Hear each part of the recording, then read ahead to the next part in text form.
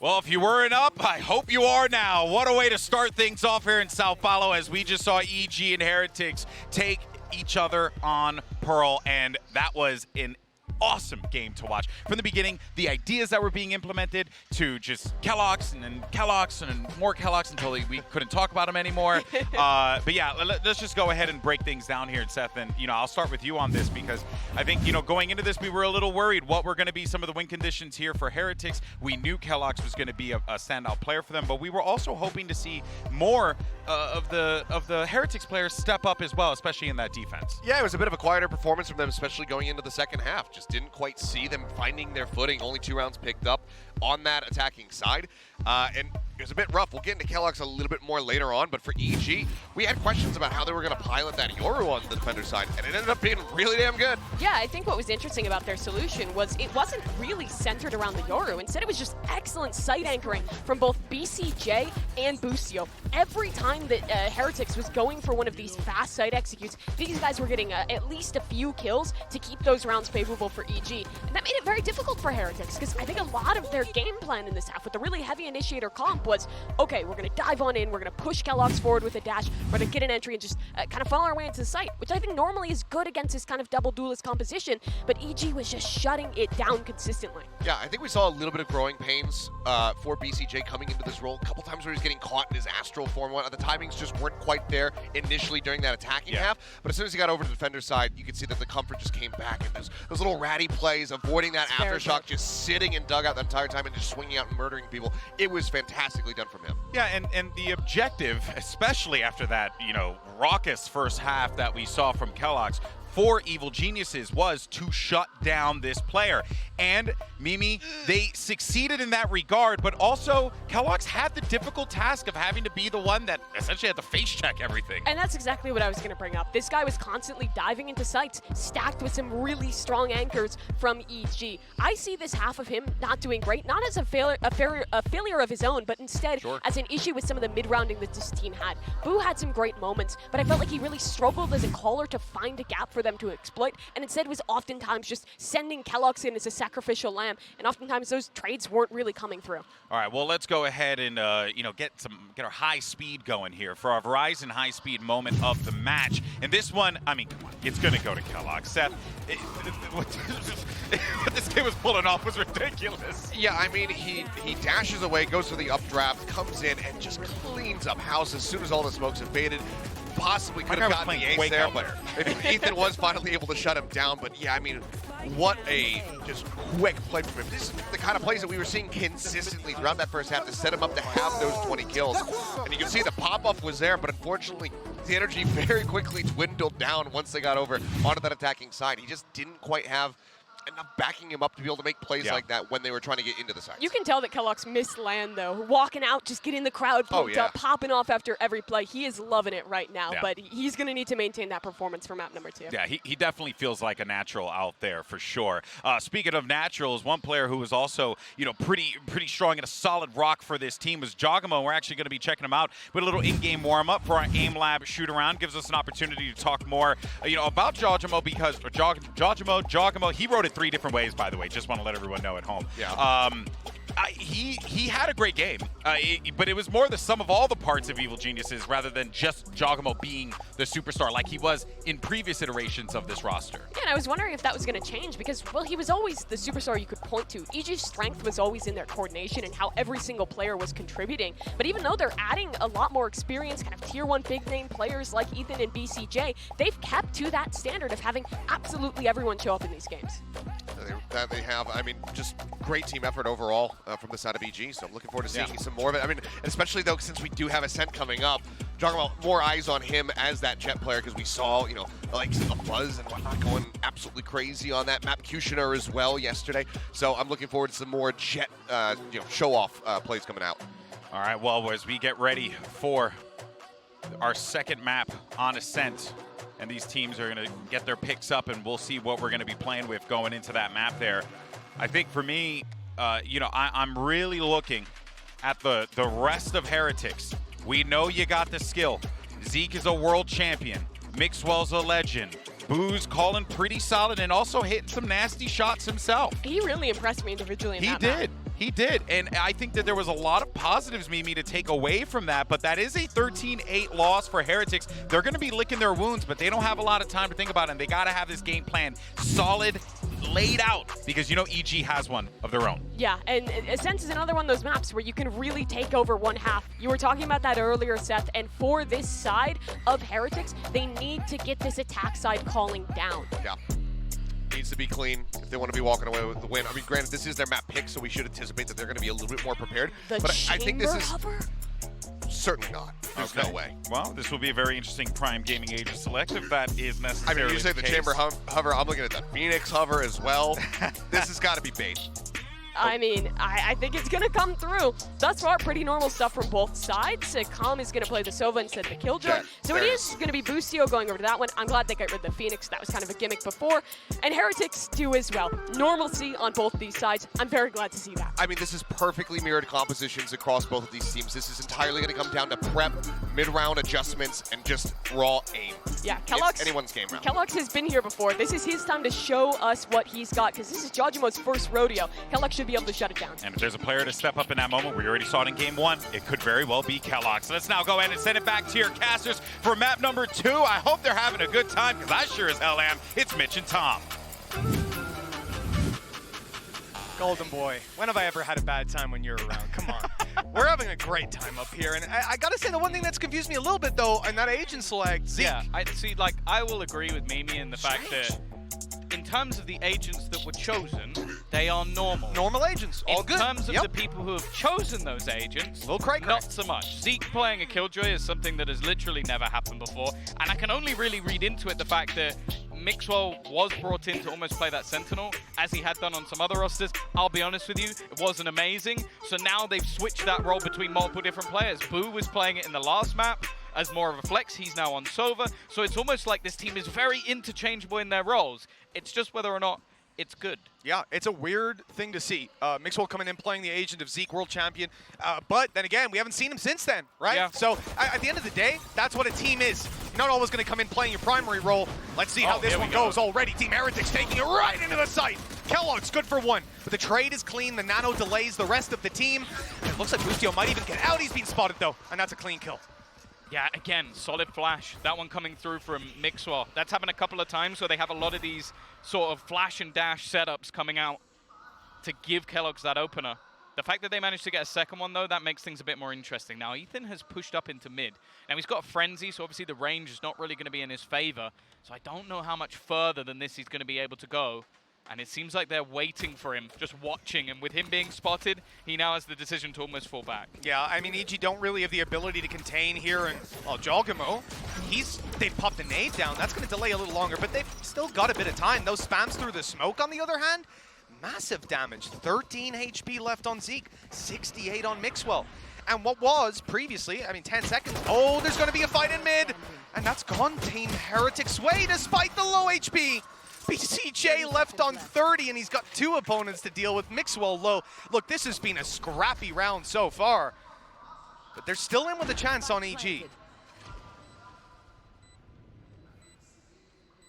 BCJ desperately low on health.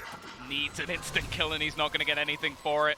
Heretics have got themselves, I believe, their first pistol in this series. That was one of the main problems in the last map, is they started things off incredibly slow. Now, I'll be honest with you, in terms of this series, this will be the map that I expect them to take. A level playing field in terms of individual brilliance in the last map. I feel like a lot of it came around them having some really cool setups and takes. Now we're going into much more default ground when we're on Ascent, and that's where I think individually we've seen some very good stuff from the side of Heretics. It's whether or not there's been those same sort of creative ideas on the side of EG. Now for now, they've got a bit of a stack up in towards that A side, Mitch. We do, yeah, it's a little dangerous with the clear intention from Heretics being to fight this side of the map, watching for mid and B with just one player. That's Zeke holding it down on his own. Now, I think it's going to be interesting to see how this pans out. Zeke playing the Sentinel and Mixwell on the Initiator, because we have a position here where Mixwell, in the previous round, when he popped that support flash for Kellogg's, he's last man into the site there. This is leaving, so basically, he can't do that if he's lurking, right? If he was playing a Killjoy over on B, it would have to be Zeke last guy in, if he's the Flash, to play that exact role. So I almost feel like there could be a possibility Mixwell's taking this so Zeke can play more aggressive almost on the attack side with that Killjoy. Why have they lost so many players already? He had to go for a knife because he ran out of bullets. This is one of the messiest rounds I think I've ever seen. What? BCJ just reads it in the smoke, and he's dropped the spike on the ground. Now Zeke does have the Guardian. Maybe not the greatest weapon for close range, but a single bullet will take out one. Trying to fake the time a little bit, and Calm coming up behind him. Time is going to be absolutely everything. Now the alarm bot is down, so it's going to give the information away. It means that this becomes an isolated fight. Spike's going to be retrieved, but he has to almost plant it here. He can't rotate, he can't go anywhere. So he's looking to try and isolate that final jewel. And with it getting a little bit awkward, he will finally find it. He knows roughly where that last man is going to be, and the plant should be in. Maybe going to find him with the tag at least. That gives the information over to the other side, and an SMG's been picked up. I don't know if he knows he's close, but he finds the shot anyway. That round shouldn't have been remotely close, but luckily Zeke's there to save them. Not even slightly, Tom. Not even slightly close. Aggressive play up to A. We said they're stacked up there. There was a danger, but I didn't think they would just bring the danger to them. They needed a Red Bull clutch in a round where the opponents had shorties. 48 HP on Evolva there. If he goes down, it's already over. They've got so much control at that point. Luckily, he got the kill, but to be that close to a knife. Calm. Boostio ran out of bullets. Let's get a calm cam right away. This guy's going to be coming through. Odin in hand, already with the reveal, and there's the kill. Zeke down and out. No lurking this time. That's the only rifle on the floor. Now, it should be very easy to retrieve, and it's going to go into the hands of Mixwell.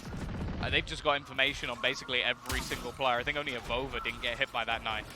Decent shock as well. Stripped some shields, done some damage. And he's still got plenty of bullets left. He's been spacing out his spams. You don't want to see just people mag dumping 100 bullets into the wall. It's not going to do anything. You know, nobody at this level at least is going to be silly enough to run into the spray. But you use it to periodically deny that control. Now you see the drone go through, and now he can start spamming again. Gets back up on top, and we'll hear the rattle in a moment. Oh, he even had the recon. Then he can do it a little bit later. Look, so here's, oh, this is actually nasty, the recon. He's going to time it. He's playing this perfectly. It just depends whether he decides to go for that spam, or rather when he does, where he's aiming. And it looks like he's moving back towards a passive B setup instead. So Team Heretics will manage to bypass it for now. Yeah, they've smoked the alarm bot as well. So that's not going to be the information there. Just that small piece of utility has managed to put the pressure onto Com. First goes his way with the Odin. He is going to get tagged up at wallbanged as well. Mixo looking good so far, and now the Odin's in enemy hands. The only rifle they had was a Guardian. You know, they had the chance to spam back at the start of the round, but they did it in the end. And now an Odin picked up for Boo, a recon. 20 seconds till that's going to be back online, and that means a last-second exec here from EG. Even gets a little more dangerous. They're starting to make their way in already, looking for space. Mixwell up close, going to be a massive danger. He's gone for the play, swinging up in, and they had absolutely no idea, no iota what was coming their way, and the Odin wallbang to close it out. 3-0. They chose an early Odin investment, and they have paid the price. So, let me get this straight. Team Heretics playing against some shorties, some classics, maybe a frenzy. I don't know. I think there might have been a single frenzy. I don't really remember. I don't think it matters. Big difference that makes. One person survived. And when they run into a round with a Guardian, a Spectre, and a few pistols, where Zeke gets wallbanged right at the start of the round. They lose the Guardian almost instantly. They win it with a couple of players alive and retrieve all the weapons. Yes. You've got that one right, Tom. Okay. Yep. Just wanted to make sure. Don't know what's so confusing about that. That's obvious, really. That's how Valorant works, my guy. I mean, what can we do? GB saw that one coming months ago. He predicted that. He actually sent me a message saying they're about to win this round comfortably. He predicted that in the Halo days. He knew it all. It's not a surprise, man, honestly. He just has to rub his head like a crystal ball and the visions come to him. 3-0 right now. Weak weapons for EG. We know what that means. It's going to be a big round from the defenders. Just kidding. Boostio's already dead. Close corner for Ethan. That's one good damage. They need a follow-up, though. And so far, that follow-up's just not there. Nicely handled by Heretics all in all. And Mixwell ain't even going to... Ah, yes, he's just about back up. Yeah, they actually did quite a bit of damage. Like Kellogg's going down to 4 HP, but ultimately with only one player being lost, it's not going to be too big of a deal for Heretics. And you also have to remember the players like Boo, who managed to pick up an Odin in the last round, currently have 6,800 credits, so not going to be too much trouble for them. A flyer of a start for Team Heretics. Bear in mind, last map didn't go their way, lost both pistols. They're now 4-0 up. And I'm even more gobsmacked. The man who is leading the charge, this is his first time on this agent. And it's on attack as well. Like I said, you know, I almost love what they're doing here. I think giving him the freedom to play one side of the map by himself, if I'm picking anyone on their team, well, it's probably Kellogg's, but if I'm picking anyone else on their team, yeah, it's going to be Zeke to go play that role. And of course, Kellogg's often going to be taking the space and being the spear for the team. So I looked at this comp initially and I was like, is this Mixwell just like egoing the agent, being like, hey Zeke, you're going to learn my old role? But no, instead he's actually come in and I think taking a very modest approach to this and said, I'm going to set you guys up. His breach on the last map was very supportive. Most of the time he was not in a position at all to take any fights. So it's an interesting start. I also think for EG they need to bounce back now. Can we see Mixwell right now? He's setting up a knife, I think. It's going to be a far one. He's just chucked it. That's going to be making its way. Then he's got a follow-up flash for his teammates to go through. They've got a recon up close. That's so much information. A great late round set play. They'll still have one cycle of utility coming online for post-plant, but they've got to get onto a site, and they've lost Kellogg's. Yeah, just to peek through the edge of the smoke. That's a great shock dart as well. Good timing.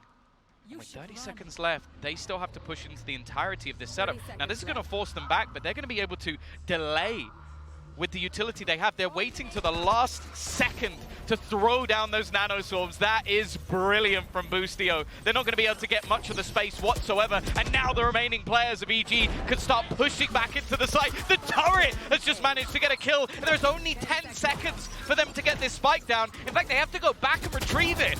All they need to do is deny it. It has to come in here and now, and it's done. They've already conceded. They knew the plant couldn't be secured. And this round will go to EG. Phenomenal stuff and just a great plan. We saw Team Heretics with their late round info play for mid. Again, perfectly timed at about the 50-second mark to give you that last cycle of utility when you come to either a site push or to playing post plant. But instead, they run into this unstoppable defense. The thing I love is just how late all of that was utility patience. Like that's the thing. Obviously, Boostio knows they can't have pushed up that far because of the alarm bot in the first place, but he knows they're going to run in at the last 4 seconds. So that's when he pops the util com. What is this? Yes! Why are you fighting this with an Odin? He's going to get the kill! Jorgamo's found on the other side of the map as well. He gets dinked instantly and still swings. Tom, all I'm going to say is if I try that in ranked, you are going to scream at me for the next minute. Yeah, because you'll die instantly. Know, but it's a play, and I've seen it a pro play. I'm going to do it in ranked now. Also, you don't have the dart that gets in the... That is also, yes, that is also very accurate, but I don't need to hear your negativity. What a gorgeous play from Calm. I'm really enjoying this early round Odin. Look, that aside, they have the advantage, and Team Heretics do not seem to be getting any ground. Another player dropped. The spike confirmed to be outside of A, and at this point, it's like reading a children's novel. This should be easy as can be for EG. Not taking a step wrong to close.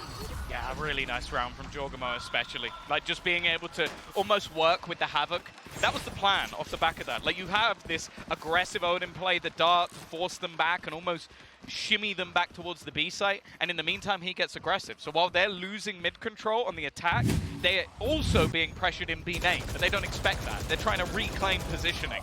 So he should have died so much earlier. Yes, he got dinked instantly. He literally got headshot through the wall at the very first second and then went, no, I'm still going to swing this. You will literally see like an op holding that angle given less respect from the other team. He's spraying with Nodin and they're like, I don't want to peek. Oh my god, he's going all the way. They insta-flash. He's still going. This is such an aggressive play. They had a dart to set him up as well.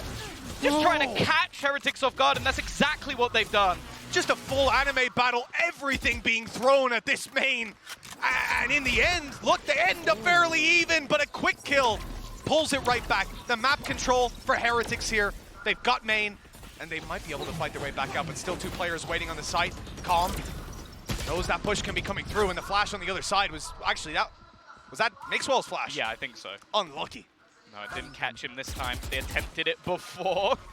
hoping for, I think, a very optimistic spam. And already Avova just trying to take the space. The utility is sublime. The tags coming through in almost every single scenario. Comms darts have been on point. I'd almost like to see them highlighted going forward, because he's been catching people every single time. Now, Mixo's trying to just thread the needle here, but there are 3 players waiting in towards the spawn.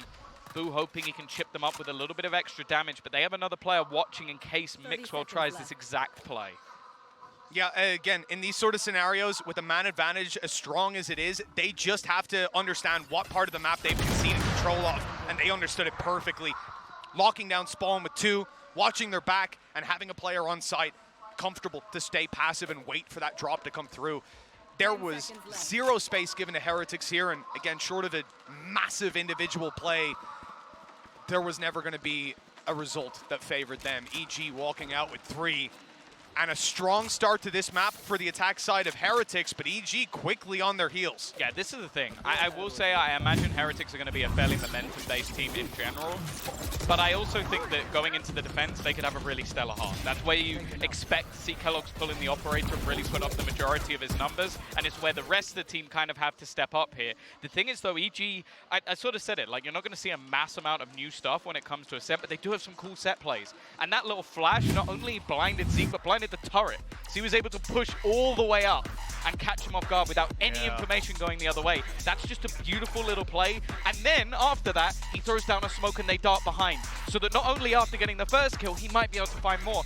These are just minute details that EG are putting in because they are so around these sort of set plays from people like Potter, who is, I don't know, she's clearly doing an amazing job. You know, it even sounds almost less impressive when you consider the fact that, like, these guys didn't just go for it, the play in main, the flash, and then decide to recon. That recon was there from the start. It bounced off. They intended not just to fight for main, but to make that dash play into a cloud burst and then spam them through the smoke with the reveal from the very beginning. I mean, the amount of utility thrown into that early play, look, it's costly, but you're either getting kills, like he did, whiffing, which, you know, you don't have to account for that. And then the other thing is free map control. You spend all that utility and go, nobody here.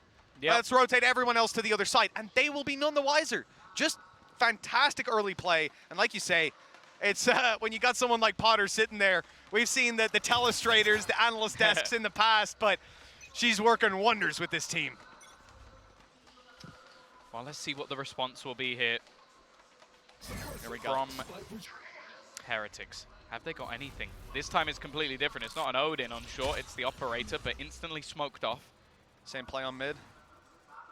Knife reveal, slow peek up. Drone to answer it back on the other side, though. That's a good denial. Thing is, though, they've used a lot of refreshing utility here on Heretics, like a knife, a recon dart. Those things you get back. You don't get that drone back. Is he trying to wait for the bot? I thought he was going to just spam a shot through, see if he can catch something on the cross. Dart, again, catches a couple of players. Just getting that information for EG, which they so desperately desire. And in the meantime, just to clear out some of these closer angles, Heretics are going to have to use the drone. The benefit here, pushing those players back, stealing information from their hands. Look at the response. EG look to fight for short, and Ethan has the perfect flash. Not the perfect execution after, but it's at least got them the info, and that'll get the ult pop. That sent Heretics running to the other side of the map. Yeah, the thing is, though, the setup's still ready for them. Turret watching, Ethan's also going to catch out of over, so no smokes to try and make this play work. Jorgamo rotating, Com on the cross. They are very ready for this, but Zeke wins the battle. It's traded back in mid. Their lurk is gone, and Zeke now trying to get that bit more aggressive. They have been slaughtered as they try and enter the B site. And EG, just moments ago, was sat 0-4. Wow, they're level again. Right back into it, and with that streak of rounds, they've put Heretics onto an eco.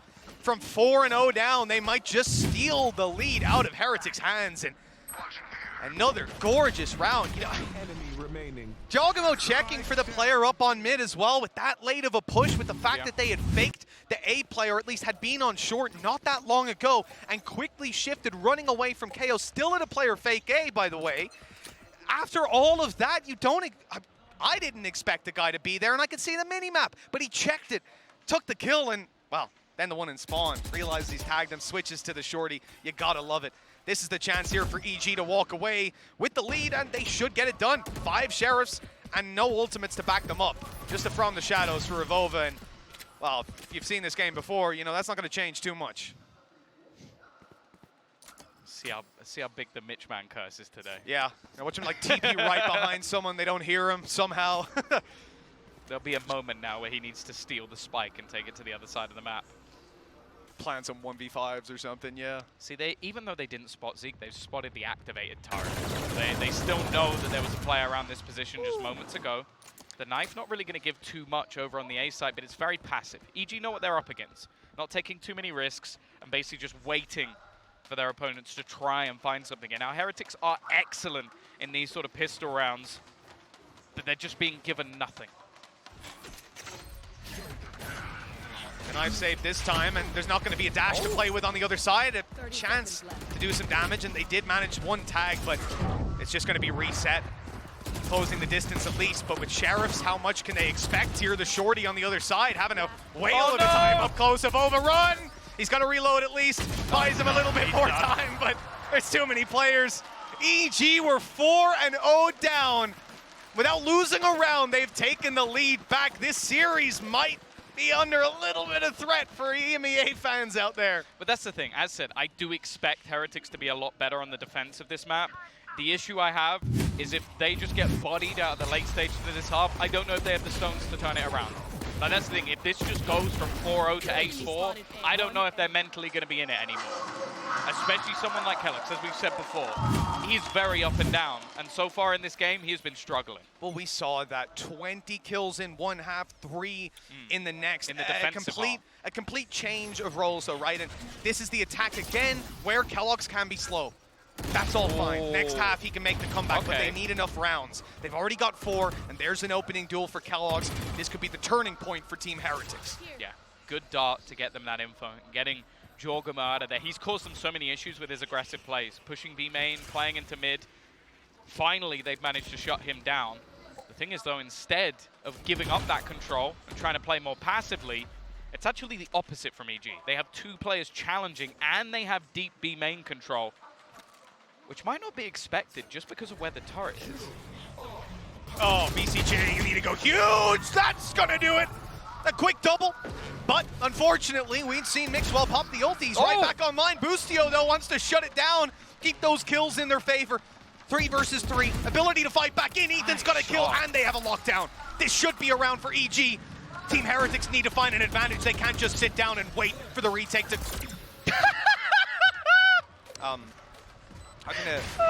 They can't just sit down and wait for the retake to come through, and here's a problem now. Okay, maybe not. Mixwell's fighting for it. He's trying to make up for that flash. If only he still had one. Time to run away. Zeke's managed to find one, but he needs his teammate to try and hold on here. Mixwell, he gets the final kill. I don't know how that round ended up going their way. Obviously, he expected the door to be broken. Yeah. It just looks very, very funny. But the fact that he manages to clutch it out in the end, currently sat top of the board, 9 and 7, 13 assists. Come on, guys. I said you do this late in the day. This wasn't late in the day. To be fair, you know what? To our replay guys out there, that one's okay. I greenlight that one. That was a funny one. The fact that he just stared at the door and then went, flash. It's just so great. He obviously thought they were about to break it, or his teammate was, whatever. That was such a weird battle. Both players after the dash, waiting for their gun to come out. A lot of damage done onto Kellogg's. A shock dart here would put him in the grave. And there it is. On the mark. I guess nothing. An attempt to try and catch them would have been trapped within it, but it was a sacrificial play, a bit like what Ethan's doing. Just running through 2 headshots instantaneously. Does he know, though, there's a player on the site? Seemingly not.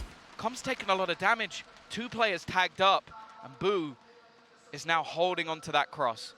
Just making sure that nobody has already made it forward, giving over the all clear to try and get this spike down. Problem's always going to be a player walking down those stairs. Now they know where he is as well, and there's a flank coming through. Boo's in a lot of trouble. 30 bullets left, 27 now, and he's dead. 0 with Boostio dropping him. It's all onto Avova. This man has had more clutches than I can count. It's time to put another on the board. If Team Heretics are to hit 6 here, have any chance of winning the half, that's the first. But In comes the deadly duo, Ethan and Boostio. Low HP on Ethan. Boostio doesn't even need his teammate. Well handled, 6 found. And the lead's still possible for EG at the halftime. But that's the thing. Like, EG are just so disruptive in the manner of which they play. Like, not only when the lockdown was placed, somebody tries to, like, go into the smoke. You see the initial aggression as well from Jorgamo, just trying to do that extra damage. But then you also have Ethan flashing through the smoke and finding 2 kills. Like, Heretics are trying to find some sort of rhythm, and each time they just get someone just jabbing them in the ribs. It is a tough, tough match for them right now, and it's an even tougher bye. It really feels like it's just a game where both teams are attempting to disrupt the other one. They have their strategies, which rely on making you uncomfortable, put you on the back foot, and, well, it's a treat to watch for now at least. Team Heretics, when they swap to the defense, this man here, Kellogg's, I expect to do a lot more. It's where he'll put up the big numbers for now. They've got one more round on the attack to try and pick it up. Zeke could be in trouble here. That's just a Sheriff. He didn't stand a chance. Yeah, a bit of an optimistic fight to take. But in a round like this, you almost have to be a little bit more aggressive. Kellogg's into the site. He is the man that needs to go huge. First kill is Wade trying to take it all. And a little bit unlucky. BCJ full sprint headshot him through the floor. But they are blinded. A 3v3. Weaponry for Mixol. Weaponry for Avova. It's possible. It looks like we got another weapon picked up. It's not quite the same caliber. Rocking in with the Spectre, but it'll do something at least. Quick tag up top, that's going to slow your push. Mixwell, he's inside the smoke, he's up close, there's a kill! But it's traded right back out. The dash into the site from Jogamo, and he's caught a no! What? I need a replay of that. But immediately, what in the... How?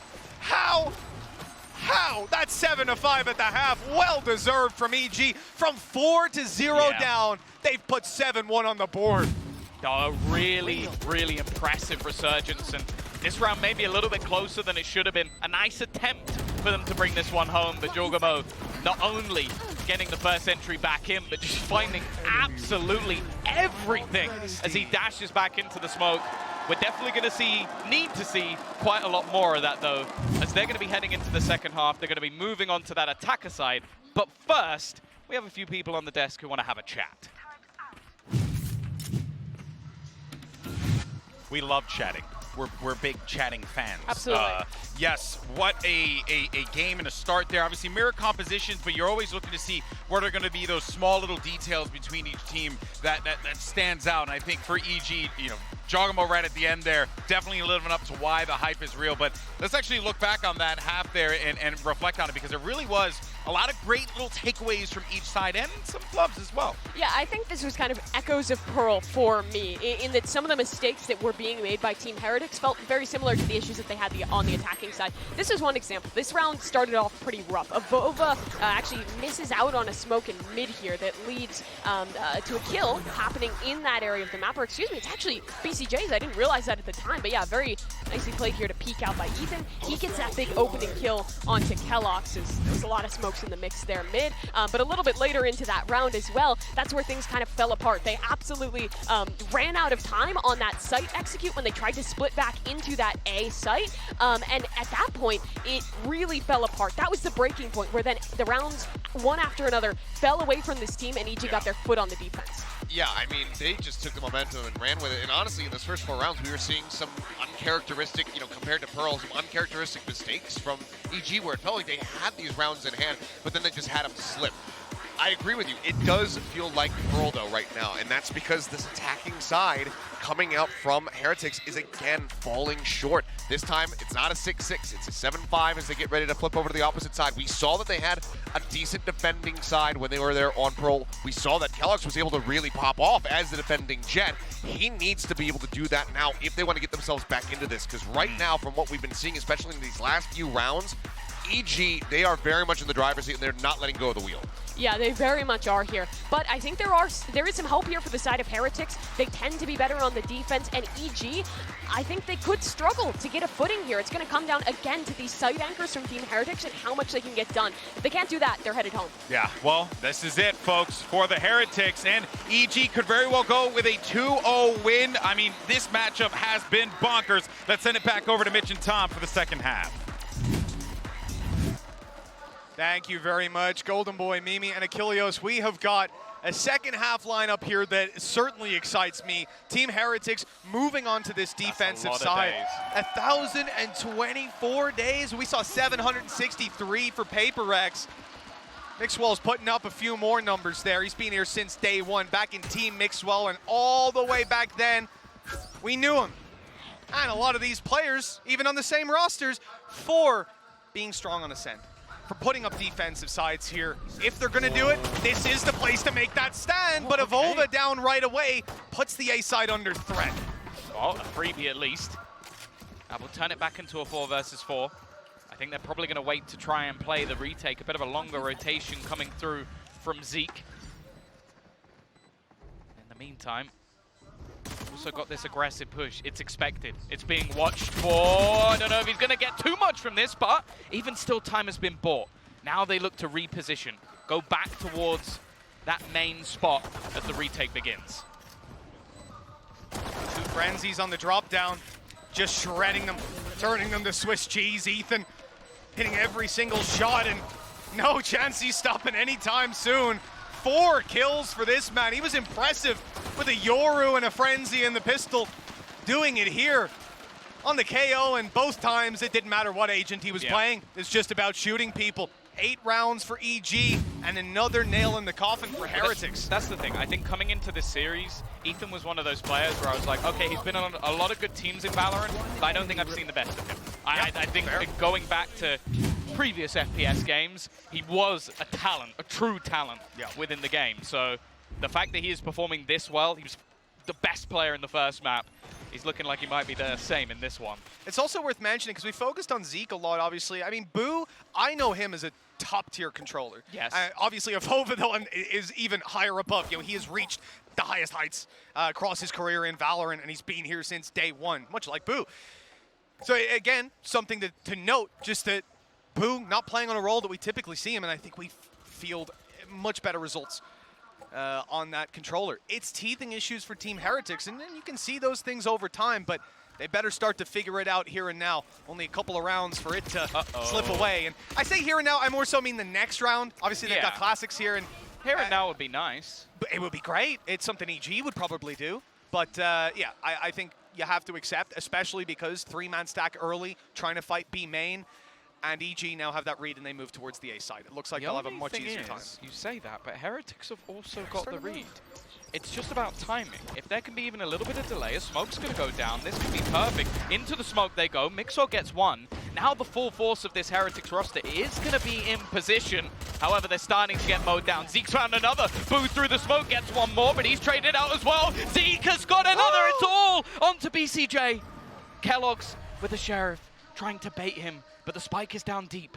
There's not much time left on the clock. He's just waiting and watching for the shots on connected. A chance for Kellogg's, but he can't quite close the round. Hey, look, they stack up B. They try to fight you there. You make the read. You go to A. You get in there just before they do. Walk out with 1 player alive. That's not how I thought things were going to go. Yeah. But great sign for Heretics. Hell, that's going to get your morale up a whole lot higher. Not only will there be less weaponry to deal with in the next round, because you think about the bonus they would have, Spectres here and there.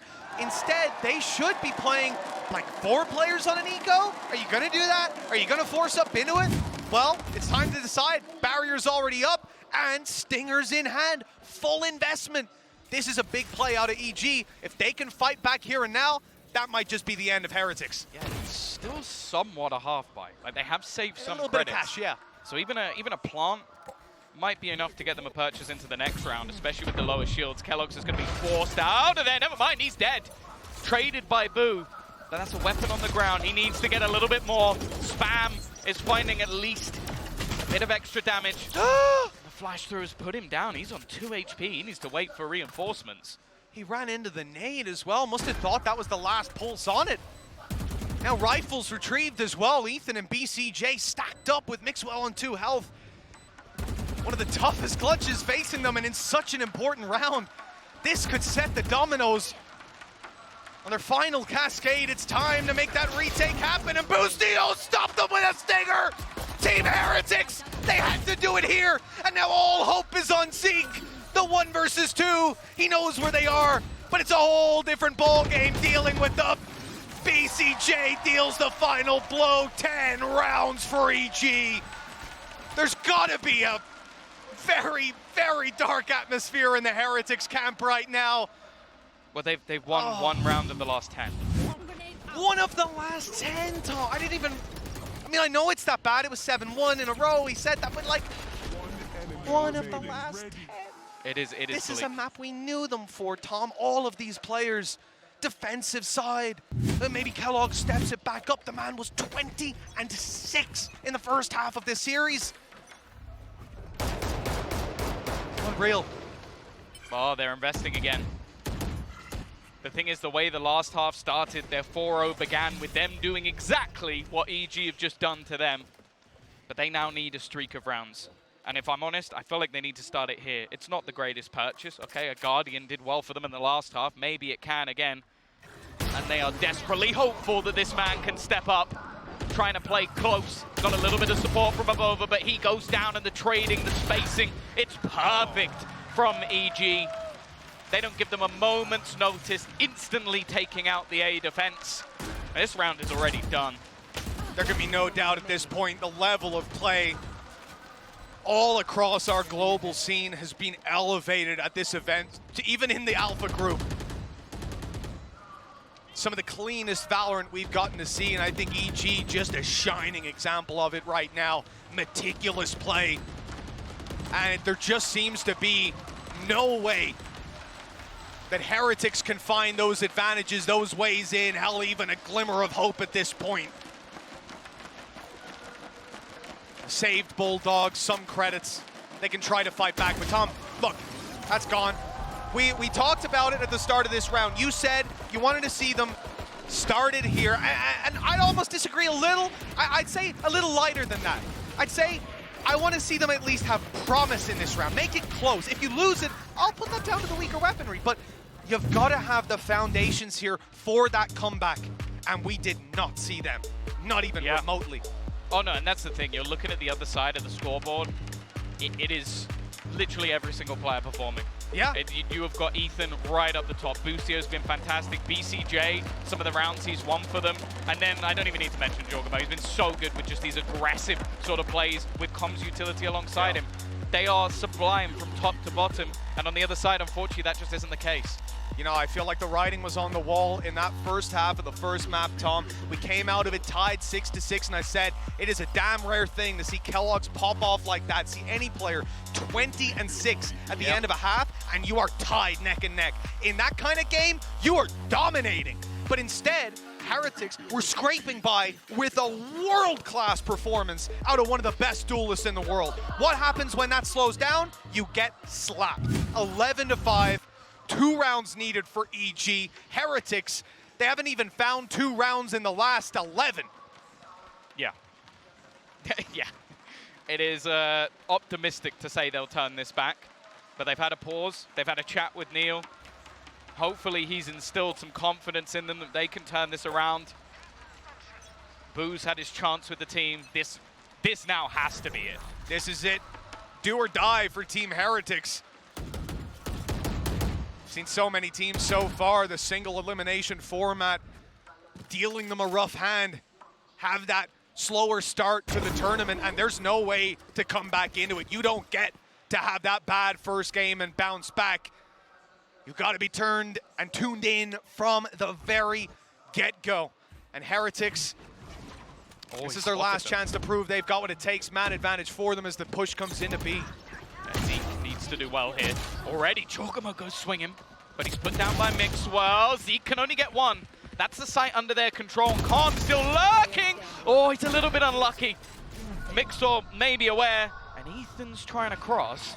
He's managed to get a bit of space here, and he's not going to get caught. It seems like they've got an idea. They do. It seems like they know that he's around this corner. Maybe not. First goes his way, but he can't quite correct.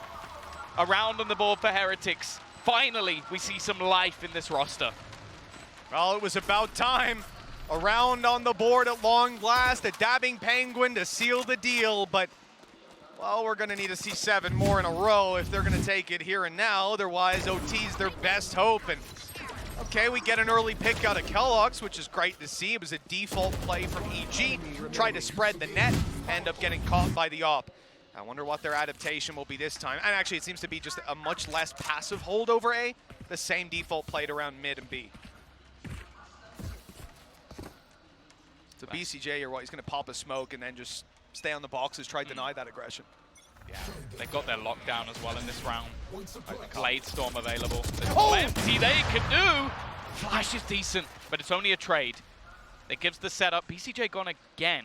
Now this is a bit more of a problem. 2 rounds in a row without having those smokes. They need to almost just find the space, find the gap. And right now, they're potentially peeking in. This lockdown's being used as a ruse, a fake, to try and bait them into the rotation. They're going to use up one ult to try and counter it. And in the meantime, Kellogg's has found another.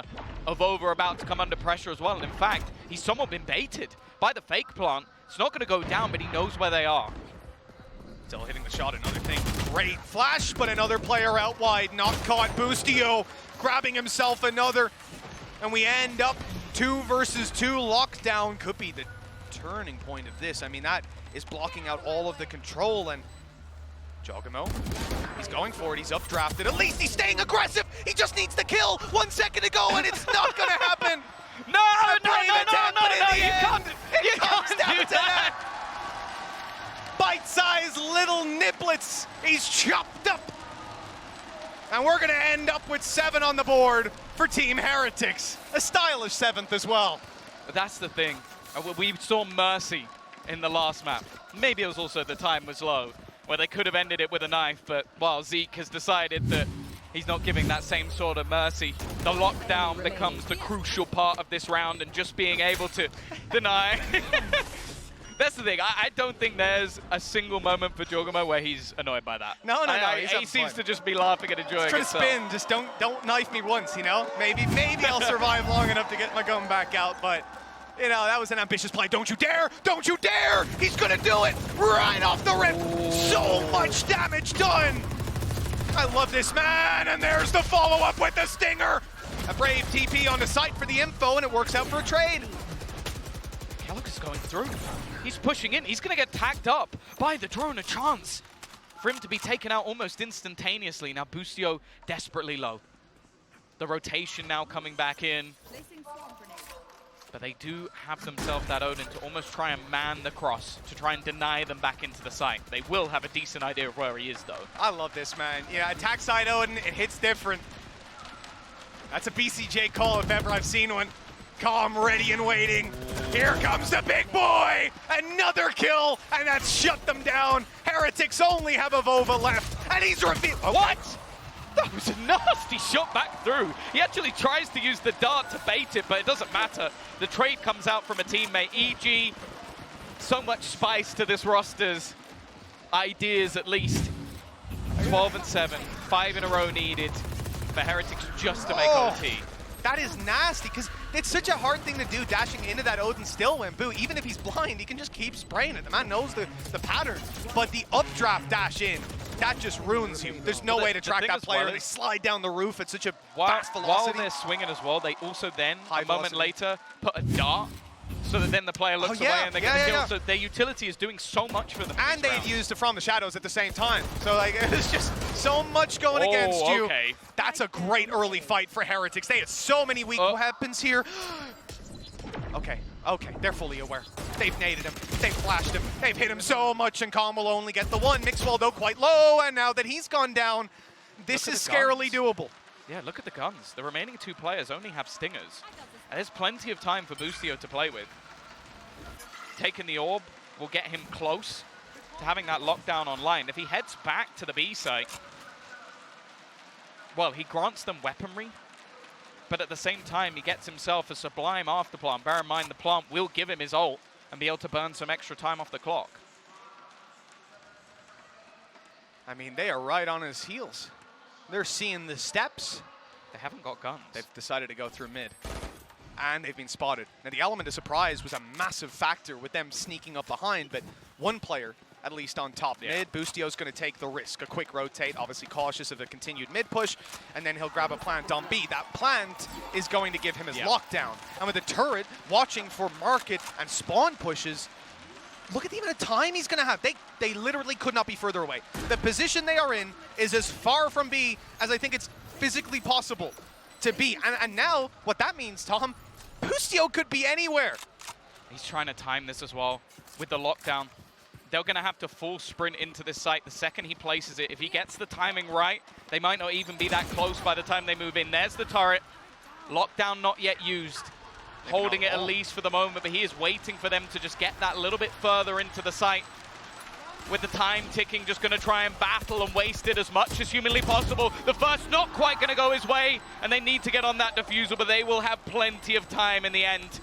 Just trying to isolate them, trying to fight them, but it didn't quite work out this time. Heretics, an aggressive play to start the round, and they finish it in turn.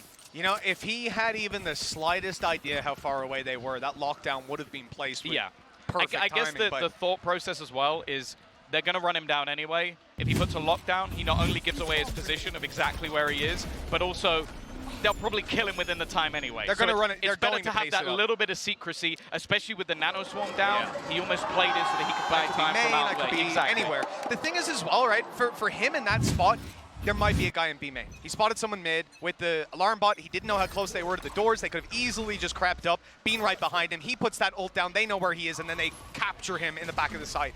So not using it there, completely get it. From our perspective, would have won you the round. But he'll only know that when he watches the VOD back.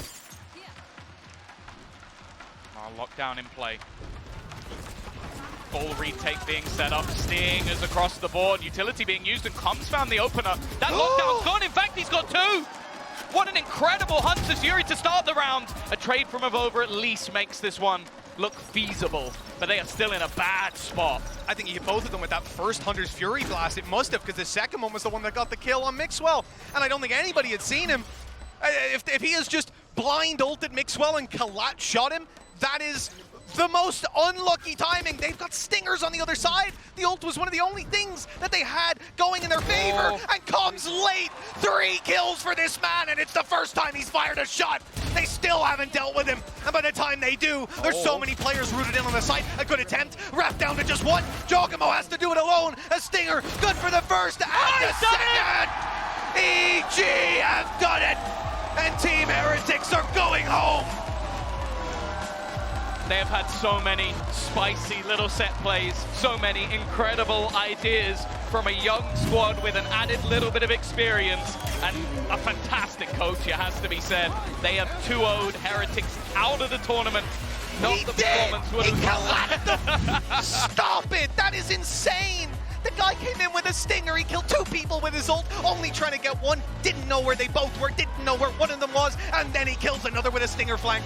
That is disgusting. Calm, he might be bottom of the scoreboard, but he's on top in my heart. Well, either way, it is goodbye to Heretics. Definitely showed some promise. We saw a decent performance out of Kellogg's. I think Zeke switching up his roles on this map in particular didn't look bad. And actually, you know what? Mixer over on the KO, I wasn't against it. So I think there's definitely work to be done. But maybe there's more to see of this roster when it goes to the EMEA season. I'll tell you what, that's a big game for Jogamo as well. He did a fantastic job, and there it is. The fist bumps to close out the game. Potter, someone that used to be up here with us, Tom. Yeah. Now look at her. Used to be on the stage with them. Exactly, exactly. She's been in the game a while, Mitch. She sure has. She's played, she's coached, she's analyzed, she's cast, she's done it all. And now she's sent EMEA packing. Honestly, with one of her good friends being Sapphire, I wouldn't be surprised if she's observed as well. I think she's done a lot. She's basically completed esports at this point. She's probably built that stage, let's be honest. Let's just give it to her. Unreal. Honestly, EG played some serious Valorant, and you could see it from the second BCJ stepped on that stage, looking calm, cool, and collected in his sunglasses, his tints on. They belong here. Yeah. And they ain't going anywhere. No, especially with coming in with some real spice on map number 1, throwing in a Yoru with some of the players having their first time on a stage, having some great setups around it, moving on to the next map, a map which is much more standardized, and a lot of teams kind of fall into old habits. They were creative, they were exciting to watch, and honestly, they're a team I want to see go far in this event, because this was thoroughly enjoyable. And of course, they're good people out of the server as well. They tuck the glasses off for the picture, but right back on afterwards. Don't even let the enemy see your eyes. I love it. At EG, they have certainly made a statement here today. What an incredible performance from start to finish. Team Heretics going home on the back of it, and like I said, this guy here, Calm, he stole my heart here today. I had a he feeling really that did. might be the Attack case. side Odin. He's hitting Hunter's Furies like I've never seen. Some of the most fun I've had. And another 2-0, Tom. That's the thing, a lot of the time when you watch sort of like younger, newer teams, a lot of what you expect is, oh my god, they've got this kid who's nuts and does something like really aggressive and like he pushes it, oh, he's got really sick aim. It's actually the support players I really enjoyed within this matchup. Like the little pop flashes they had, the contact plays they came out with, the sort of every little piece of the puzzle coming in all at the same time, and it was just beautiful to watch. It wasn't one player winning them the game. It wasn't these new people they brought in being the superstars. It was the players that were already there showing how good they can be. So they've definitely made an impact on this stage already. A very, very long way to go, but honestly, very good signs for EG. Considering what we just saw here, yeah, I don't think there's going to be many people out there doubting them. I mean, that was unreal. We saw Kellogg's come in, and maybe there's a world where we sit here and go, oh, you know, he just didn't hit that land level. Who was your favorite player in that match? He started out. Who was your favorite player? Is he the only one? I see what you guys have done. I see what you guys have done. Don't think I'm not coming right down to that production office after this. We've got 4 people for you as a match MVP. Calm has been robbed, but he was bottom of the scoreboard. BCJ, Ethan, Jogamo, and Boostio. Scan the code down there and get your vote in for who you think is the match MVP. Apparently, my opinion doesn't matter. No. No, again, he was bottom. I get it. I like the Odin a lot. I'd lean in the direction of Ethan. I think he had a very good game. But you know what? Yeah, that Yoru was revolutionary. As we've already mentioned, our opinion does not matter. That is match 1 done. But there are still a couple of Brazilian teams coming up, so you might want to stick around. We'll be back after the break.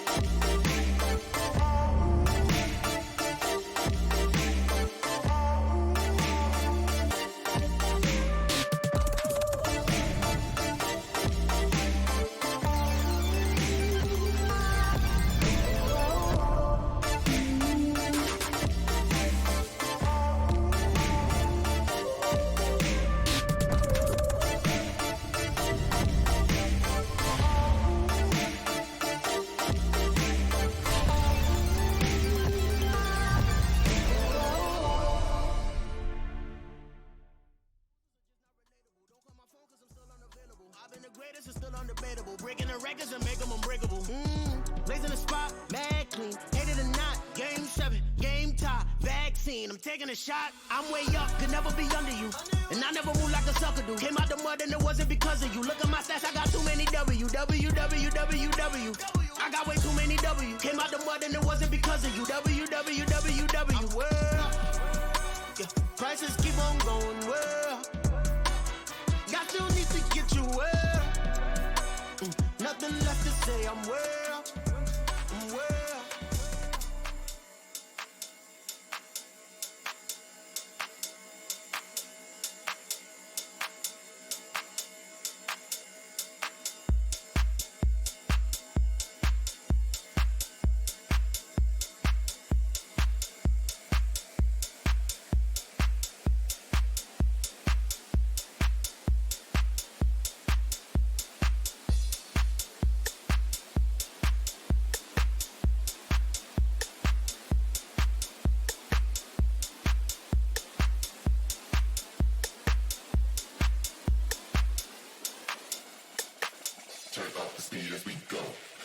and repeat of the flow.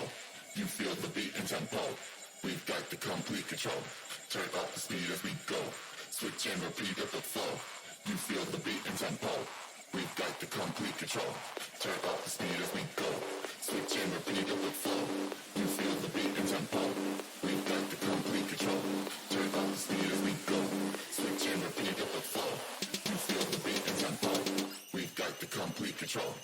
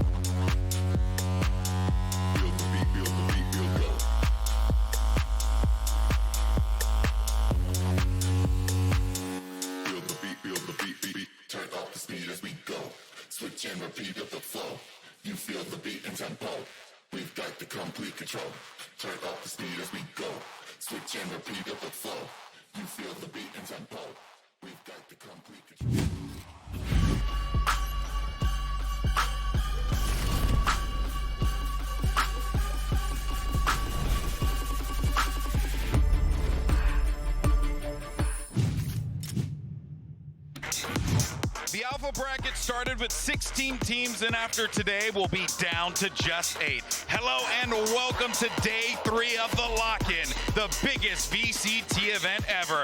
And here we go, EG versus HyperX. I hope you feel hype, and I have to say, this is going to be quite the matchup. The lineup is perfect. Kellogg's is just killing everyone. They're trying to bypass him, and he just gets 4 kills. Boom! What is happening? There we go. Good damage by Ethan. He's down with a pistol. That's 3 kills.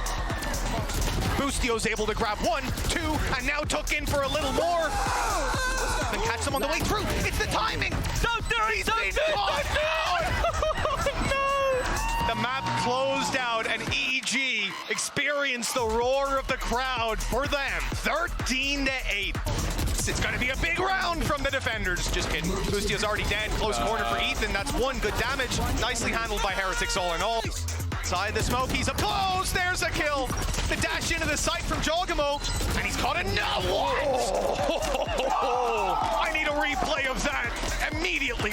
It's time to make that retake happen, and Boostio stopped him with a stinger. EG has done it, and Team HyperX are going home.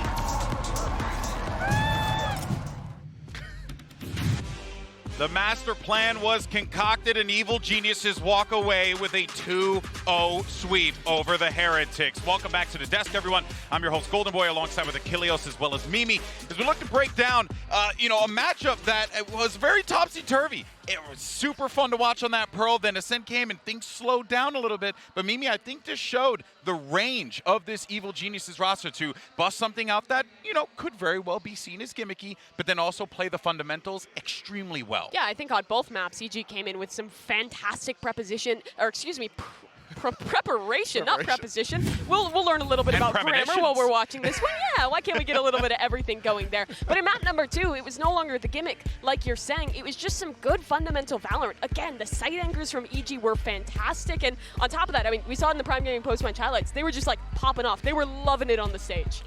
Yeah, they really were, and I mean, for me, this kind of felt like we got 1 solid half of gameplay out of it, and then EG just started to run away with it. That first half of Pro, when things ended, it was tied up 6-6.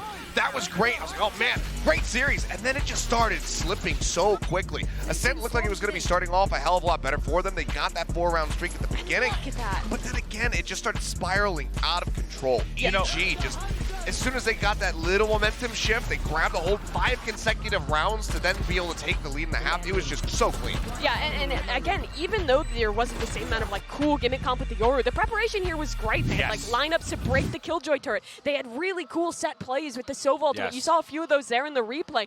EG, last season we kind of talked about them as really being like a genius, being kind of true to their name, and I think that was the same here. Huge credit to Potter and Busio. They put in some great prep for this tournament. Yeah, and I think that's the thing to highlight here, right? It's that there's a system in place at Evil Geniuses that is working very well for them. Granted, this was only the quarters, and there's still plenty more to play. But Seth, I have to give high praise to the squad for just really believing in the roster, on that stage. I mean, I think one of the most impressive things is just having the trust there from Potter to not be calling these timeouts, because there were several times where it seems like, okay, is she going to do it now? They're down by 4 at the start of this Ascent map. Nope, no, let them cook. Trusts that the team is going to be able to course correct, but I think you could be damn sure that if that did go to a 0-5, you would have seen it come through. We would have calmed everybody down and say, okay, this is what the game plan is going to be. But she trusts in the team to be able to figure out the problem, to really be able to work around the mistakes they were having early and course correct, and that's exactly what they did. So you love to see that. And I think part of that as well, a big part of that was Ethan,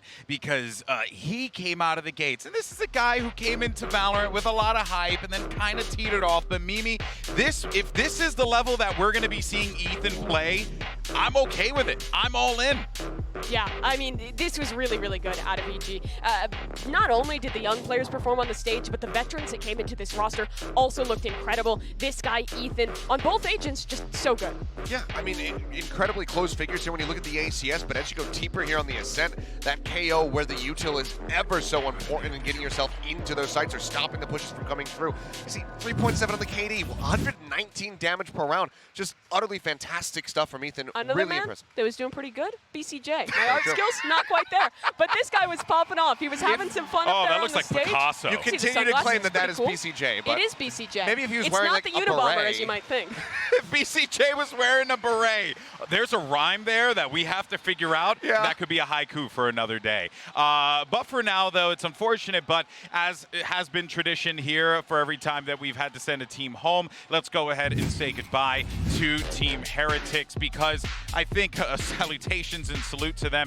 You know, look, this is a format, as we have mentioned numerous times, it's grueling, it's unrelenting, and most importantly, it's unpredictable, especially when you have a Yoru pick on Pearl that you probably weren't preparing for. I give them credit for hanging in as long as they did, and also Kellogg's. Yeah, I mean, we've talked a lot about EG. They deserve that credit, but Team Heretics didn't necessarily play a bad game here. I think they came in and had some solid ideas on Pearl. They did struggle to adapt a little bit, but you can see the pieces are here. There's some great individuals. Kellogg's was popping off. It feels like Boo, with a little bit more time in his IGL role, might actually be able to kind of turn this team into something that can be a good competitor in the EMEA League. Yeah, for sure. I mean, it's the same thing with BBL. They come out, they show some really good stuff, but it just takes a little bit more. They just need a little bit more time to really get things to gel. So we'll have to just keep our eyes on them and see how they perform once VCT kicks off. All right, well, look, guys, before the break, we, as you always know, asked you guys to vote for the player of the match, and much to the chagrin of our dear friend Mitch, Calm was not on the list, but we do love Calm here.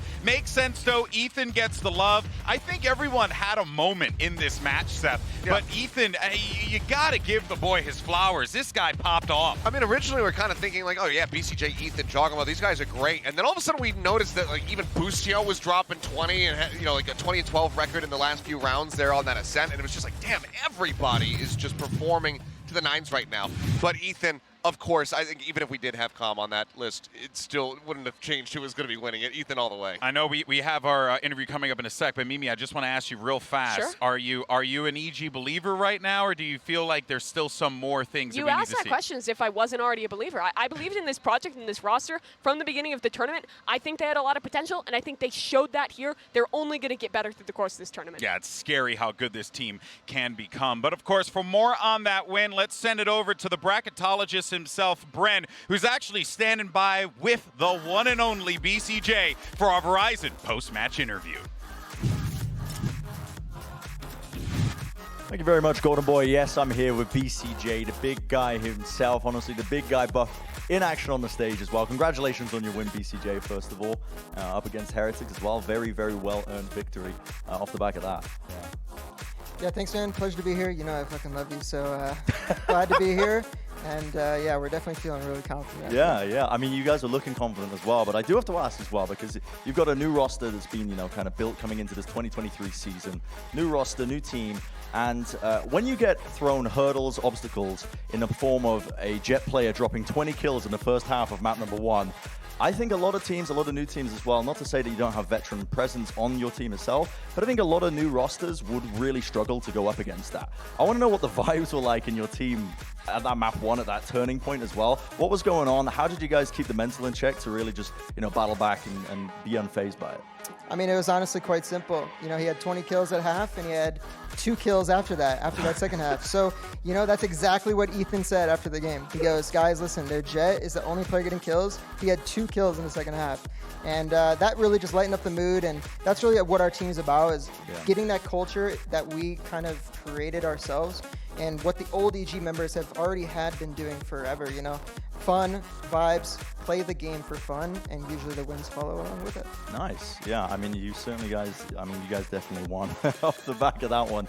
You shut them down pretty well off the back of that second half. I want to talk about your new roster as well, though, and your new roles that you guys have been playing as well, because for you in particular, you've been playing the smokes, which, is not necessarily a new role. You did play Omen, back in the day, a little bit here and there, but now it is full-time on the controller role. So how have you been, liking to switch up onto this new role? Is it just like, something new to learn, something new to master?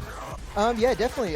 Going into the free agency period, I was looking to play any support role, whether that's Sentinel, my initiator, obviously, or controller.